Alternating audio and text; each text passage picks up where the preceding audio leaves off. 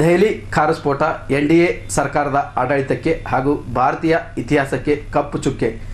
RSS ಲಾಠಿ ವಿರುದ್ಧ ಧ್ವನಿ ಎತ್ತುವ ಸಚಿವ ಪ್ರಿಯಾಂಕ್ ಖರ್ಗೆ ದೆಹಲಿ ಸ್ಫೋಟದ ಬಗ್ಗೆ ಯಾಕೆ ಖಂಡಿಸುತ್ತಿಲ್ಲ ಎಂದು ಆಂದೋಲಾ ಸಿದ್ಧಲಿಂಗ ಸ್ವಾಮೀಜಿ ಕಾಂಗ್ರೆಸ್ ಸರ್ಕಾರದ ವಿರುದ್ಧ ಕಿಡಿಕಾರಿದ್ದಾರೆ.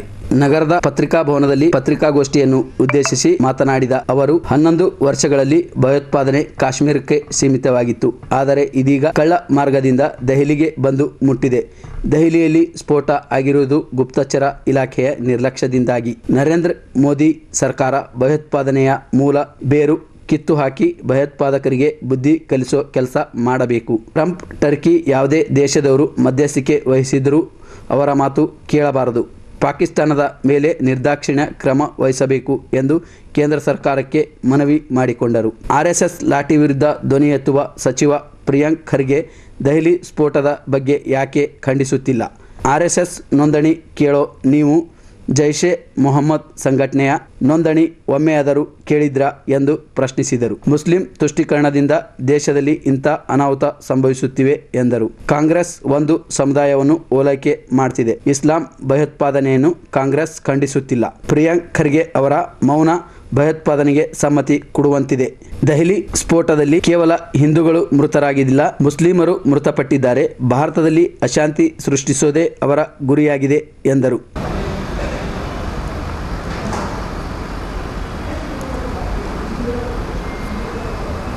ದೆಹಲಿ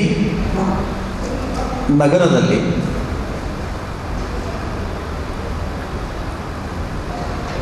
ಕಳೆದ 11 ವರ್ಷದಿಂದ ಆಗದೇ ಇರುವಂತಹ ಒಂದು ದೊಡ್ಡ ಅನಾಹುತ ಮುಸ್ಲಿಂ ಟೆರರಿಸಂ ಜೈಷೆ ಮೊಹಮ್ಮದ್ ಸಂಘಟನೆಯಿಂದ ಆಗಿದೆ. ಆ ಬಾಂಬ್ ಬ್ಲಾಸ್ಟ್ನಿಂದ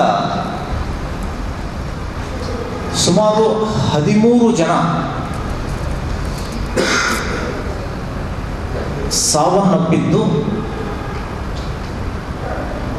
20-25ಕ್ಕಿಂತಲೂ ಹೆಚ್ಚು ಜನ ಗಂಭೀರವಾಗಿ ಗಾಯಗೊಂಡಿದ್ದಾರೆ.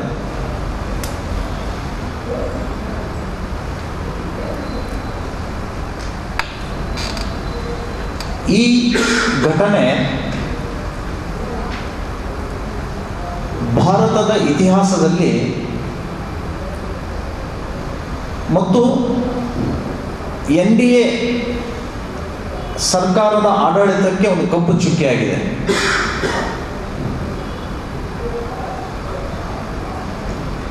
ಈ ಆತಂಕವಾದಿಗಳ ಉದ್ದೇಶ 2047ಕ್ಕೆ ಭಾರತವನ್ನು ಇಸ್ಲಾಮೀಕರಣ ಮಾಡಬೇಕು ಅನ್ನುವಂತಹ ರೀತಿಯಲ್ಲಿ ಅವರು ಹೋರಾಟ ಮಾಡ್ತಾ ಇದ್ದಾರೆ. ಕಳೆದ 11 ವರ್ಷಗಳ ಈ ಟೆರರಿಸ್ಟ್ಗಳ ಹೋರಾಟ ಕಾಶ್ಮೀರಕ್ಕೆ ಮಾತ್ರ ಸೀಮಿತ ಆಗಿತ್ತು. ಬಾಂಬ್ ದಾಳಿ, ಗುಂಡಿನ ದಾಳಿ. ಆದರೆ ಇವತ್ತು ಕಳ್ಳ ಮಾರ್ಗದಿಂದ ಬಂದು ಇಂಥ ದೊಡ್ಡ ಅನಾಹುತವನ್ನು ಮಾಡಿ ಯಾವುದೋ ಒಂದು ರೀತಿಯಲ್ಲಿ ಯಶವನ್ನು ಅವರು ಕಂಡಿದ್ದಾರೆ.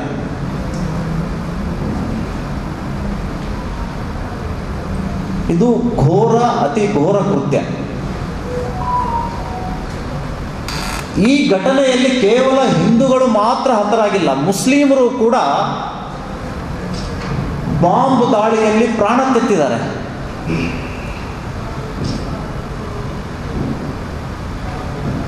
ಈ ಘಟನೆ ನಡಿಬಾರದಾಗಿತ್ತು. ಹೀಗಾಗಿ ನಮ್ಮ ಕರ್ನಾಟಕ ಶಿವಸೇನೆ ಪಕ್ಷ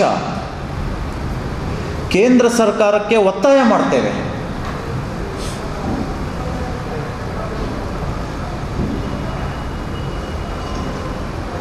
ಆತಂಕವಾದದ ಮೂಲ ಬೇರು ಪಾಕಿಸ್ತಾನ. ಇದು ಪಾಕಿಸ್ತಾನ್ 2 ದಿನ 3 ದಿನ ಆ ದೇಶದ ಮೇಲೆ ದಾಳಿ ಮಾಡಿದರೆ ಬುದ್ಧಿ ಕಲಿಯುವಂಥ ದೇಶ ಇದಲ್ಲ. ಮತ್ತೆ ತಪ್ಪನ್ನು ತಿದ್ದಿಕೊಳ್ಳುವಂತಹ ಮಾನಸಿಕತೆಯೂ ಕೂಡ ಅವರಿಗಿಲ್ಲ.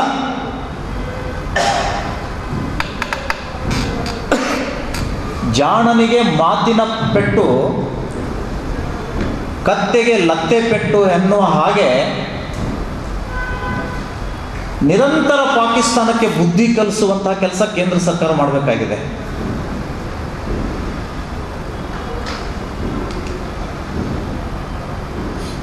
ಯಾವುದೇ ದೇಶಗಳು ಮಧ್ಯಸ್ಥಿಕೆ ವಹಿಸಿದರೂ ಕೂಡ, ಟ್ರಂಪ್ ಇರಬಹುದು, ಟರ್ಕಿ ಇರಬಹುದು, ಯಾವುದೇ ಇರಲಿ, ಇವರ ಆ ಮಾತಿಗೆ ಸೊಪ್ಪು ಹಾಕದೇ ನಿರ್ದಾಕ್ಷಿಣ್ಯವಾಗಿ ಕ್ರಮ ಕೈಗೊಳ್ಳಬೇಕು ಅನ್ನುವಂಥ ಆಗ್ರಹ ಇವತ್ತು ನಾವು ಮಾಡ್ತಾ ಇದ್ದೀವಿ.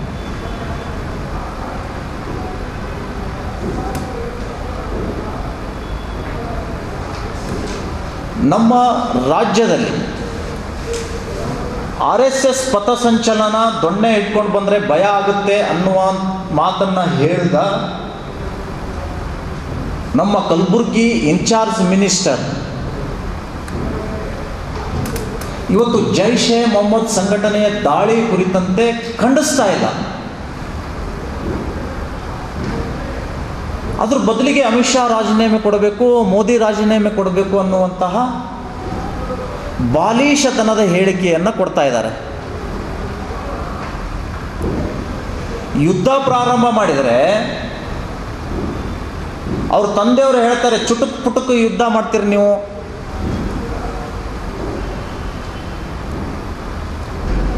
ಮತ್ತೆ ಬಾಂಬ್ ಬ್ಲಾಸ್ಟ್ ಆದಾಗ ಆ ಸಂಘಟನೆಗಳ ವಿರುದ್ಧ ಮಾತಾಡೋದಿಲ್ಲ.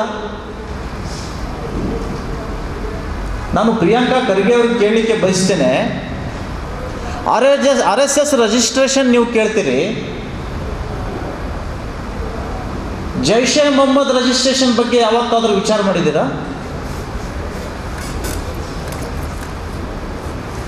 ನೀಲಿ ಶಾಲ್ ಹಾಕೊಂಡು ನಮ್ಮವರು ದೊಣ್ಣೆ ಇಟ್ಕೊಂಡು ಬಂದರೆ ಏನಾಗಬಹುದು ಅಂತ ಪ್ರಶ್ನೆ ಮಾಡ್ತೀರಿ.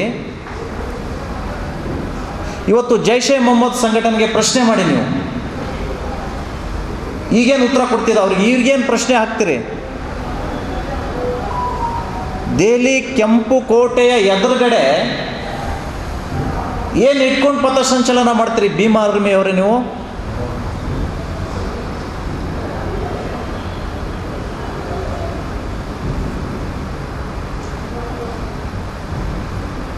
ಕೇವಲ ಹಿಂದೂ ಸಂಘಟನೆಗಳನ್ನು, ರಾಷ್ಟ್ರಭಕ್ತಿ ಹೆಚ್ಚಿಸುವಂತಹ RSSನನ್ನು ಗುರಿಯಾಗಿಸಿಕೊಂಡು ಹೇಳಿಕೆ ಕೊಡುವವರು ನೀವು. ಜೈಷ್ ಎ ಮೊಹಮ್ಮದ್ ಸಂಘಟನೆಯನ್ನು ನಿರ್ನಾಮ ಮಾಡ್ತೀವಿ ಅಂತ ನಿಮ್ಮ ಸಂಘಟನೆಯವರ ಬಾಯಿಂದ ಬರ್ತಾ ಇಲ್ಲ, ನಿಮ್ಮ ಪಕ್ಷದ ನೇತಾರರ ಬಾಯಿಂದ ಬರ್ತಾ ಇಲ್ಲ. ತಾಕತ್ತಿಲ್ಲ ನಿಮಗೆ. ಟೆರರಿಸ್ಟ್ಗಳಿಗೂ ನಿಂದಿಸಿದರೆ ನಮ್ಮ ಮುಸ್ಲಿಂ ವೋಟ್ ಕಡಿತ ಆಗ್ತಾವೆ ಅನ್ನುವಂಥ ಭಯ ನಿಮ್ಮಲ್ಲಿದೆ. ಹೀಗಾಗಿ ಮುಸ್ಲಿಂ ತುಷ್ಟೀಕರಣದಿಂದಾಗಿ ದೇಶದಲ್ಲಿ ಇಂತಹ ಅನಾಹುತಗಳನ್ನು ನಾವು ಕಾಣಬೇಕಾಗಿದೆ.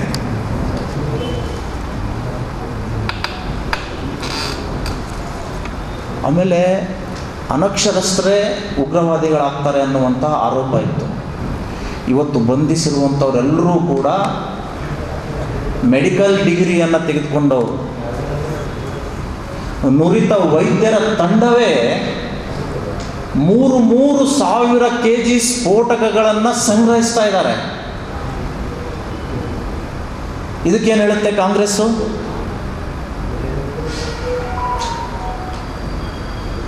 MI ಪಾಟೀಲ್ರು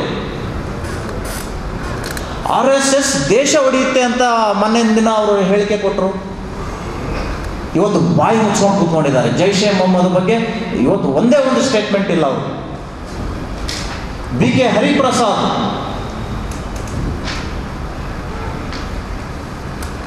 ಇವರೆಲ್ಲರೂ ಒಂದು ಸಮುದಾಯವನ್ನು ಓಲೈಸಿಕೊಳ್ಳುವುದಕ್ಕಾಗಿ ಇಸ್ಲಾಮಿಕ್ ಟೆರರಿಸ್ಟನ್ನು ಟೀಕೆ ಮಾಡದೇನೆ ಬಾಯಿಗೆ ಕಾಂಗ್ರೆಸ್ ಬೀಗ ಹಾಕೊಂಡು ಕೂತ್ಕೊಂಡಿದ್ದಾರೆ. ಇದು ರಾಷ್ಟ್ರದ ಭದ್ರತೆಗೆ ಬಹಳ ದೊಡ್ಡ ಅಪಾಯ ಅನ್ನುವಂಥದ್ದು ನಾವೆಲ್ಲ ಅರ್ಥ ಮಾಡ್ಕೊಳ್ಬೇಕು. ಸಂವಿಧಾನದ ಅಡಿಯಲ್ಲಿ ಸರ್ಕಾರ ನಡೆಸಬೇಕು, ಸಂವಿಧಾನದ ಅಡಿಯಲ್ಲಿ ಆಡಳಿತ ನಡೆಸಬೇಕು ಅಂತ ಹೇಳುವ ಪ್ರಿಯಾಂಕಾ ಖರ್ಗೆ ಅವರು ಇವತ್ತು ಬಾಯಿ ಮುಚ್ಕೊಂಡು ಕೂತ್ಕೊಂಡಿದ್ದನ್ನು ನೋಡಿದರೆ ಎಲ್ಲೋ ಇಂತಹ ಕೃತ್ಯಗಳಿಗೆ ಇವರ ಮೌನ ಸಮ್ಮತಿ ಕೊಡ್ತಾ ಇದೆ ಅಂತ ಅನ್ನಿಸ್ತಾ ಇದೆ. RSS ವಿರುದ್ಧ ಹೋರಾಟ ಮಾಡಬೇಕಾದ್ರೆ ಇಲ್ಲಿ ಕೆಲ ಸಂಘಟನೆಗಳು ನೀಲಿ ಶಾಲ್ ಹಾಕೊಂಡು ಬಂದು, ಅವರೆಲ್ಲ ಹಸಿರು ಶಾಲ್ ಹಾಕೊಳ್ಳೋರು, ನೀಲಿ ಶಾಲ್ ಹಾಕೊಂಡು ಬಂದು ಪ್ರಿಯಾಂಕಾ ಖರ್ಗೆ ಅವರ ಫೋಟೋ ಇಟ್ಕೊಂಡು ಆಜಾದಿ ಆಜಾದಿ ಅಂತ ಕಲಬುರಗಿ ನಗರದ ವೃತ್ತದಲ್ಲಿ ನಿಂತ್ಕೊಂಡು ಕೂಗ್ತಾ ಇದ್ರು. ಹಮ್ ಚೀನ್ ಕೆ ಲೇಂಗೆ ಆಜಾದಿ, ಹಕ್ ಹಮಾರಿ ಆಜಾದಿ, गुंडागर्दी से आजादी, तुम डंडा लाओ, तुम पुलिस को लाओ, हमें चाहिए आजादी, ಮೋದಿ ತು ಸುನ್ಲೆ ಆಜಾದಿ ಅಂತ ಕೂಗಿದ್ರಲ್ಲ, ಈ ಆಜಾದಿ ಬಯಸುವವರು ಇವತ್ತ್ಯಾಕೆ ಬಾಯಿ ತೆಗ್ತಾ ಇಲ್ರಿ? ರಸ್ತೆಗೆ ಯಾಕೆ ಇಳಿತಾ ಇಲ್ಲ?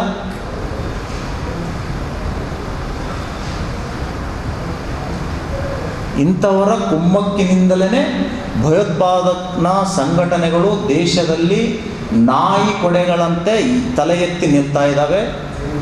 ಇದು ಕೇವಲ ಟೆರರಿಸ್ಟ್ಗಳ ಗುರಿ ರಾಷ್ಟ್ರಭಕ್ತರಿಗಲ್ಲ, ಭಾರತದಲ್ಲಿರುವಂತಹ 147 ಕೋಟಿ ಜನರನ್ನ ಗುರಿಯಾಗಿಸಿಕೊಂಡು ಇವರು ದಾಳಿ ಮಾಡ್ತಾ ಇದ್ದಾರೆ. ಅಲ್ಲಿ ಮುಸ್ಲಿಂ ಇದ್ದಾನೆ, ಇಲ್ಲಿ ಹಿಂದೂ ಇದ್ದಾನೆ. ನಾನು ಬಾಂಬ್ ಬ್ಲಾಸ್ಟ್ ಮಾಡಿದರೆ ಹಿಂದೂಗಳಷ್ಟೇ ಸಾಯ್ತಾರೆ, ಮುಸ್ಲಿಮ್ ಸಾಯೋದಿಲ್ಲ ಅನ್ನುವಂತಹ ಭಾವನೆ ಇಟ್ಕೊಂಡು ಮಾಡ್ತಾ ಇಲ್ಲ ಅವರು. ಮುಸ್ಲಿಂ ಇರಲಿ, ಹಿಂದೂ ಇರಲಿ, ಒಟ್ಟಿನಲ್ಲಿ ಭಾರತದಲ್ಲಿ ಅಶಾಂತಿ ಸೃಷ್ಟಿ ಮಾಡಬೇಕು ಅಂತ ಮೊನ್ನೆ ಬಾಂಬ್ ಬ್ಲಾಸ್ಟ್ ಮಾಡಿದ ಪರಿಣಾಮ ಮುಸ್ಲಿಮರು ಕೂಡ ಹತರಾದರು. ಇದನ್ನ ಇಲ್ಲಿಯ ಮುಸಲ್ಮಾನರು ಕೂಡ ಅರ್ಥ ಮಾಡ್ಕೊಳ್ಬೇಕು. ಸುರಕ್ಷಿತ ಮುಸಲ್ಮಾನರಿಗೆ ಸುರಕ್ಷಿತವಾಗಿರುವಂತಹ ರಾಷ್ಟ್ರ ಈ ಜಗತ್ತಿನಲ್ಲಿ ಯಾವುದಾದ್ರಿದ್ರೆ ಅದು ಭಾರತ. ಅಂತ ಭಾರತದ ಭೂಮಿಯಲ್ಲೇ ನಿಂತ್ಕೊಂಡು ಆಜಾದಿ ಆಜಾದಿ ಅಂತ ಹೇಳಿ JNU ಮಾದರಿಯಲ್ಲಿ ನೀವು ಘೋಷಣೆ ಕೂಗ್ತೀರಂದ್ರೆ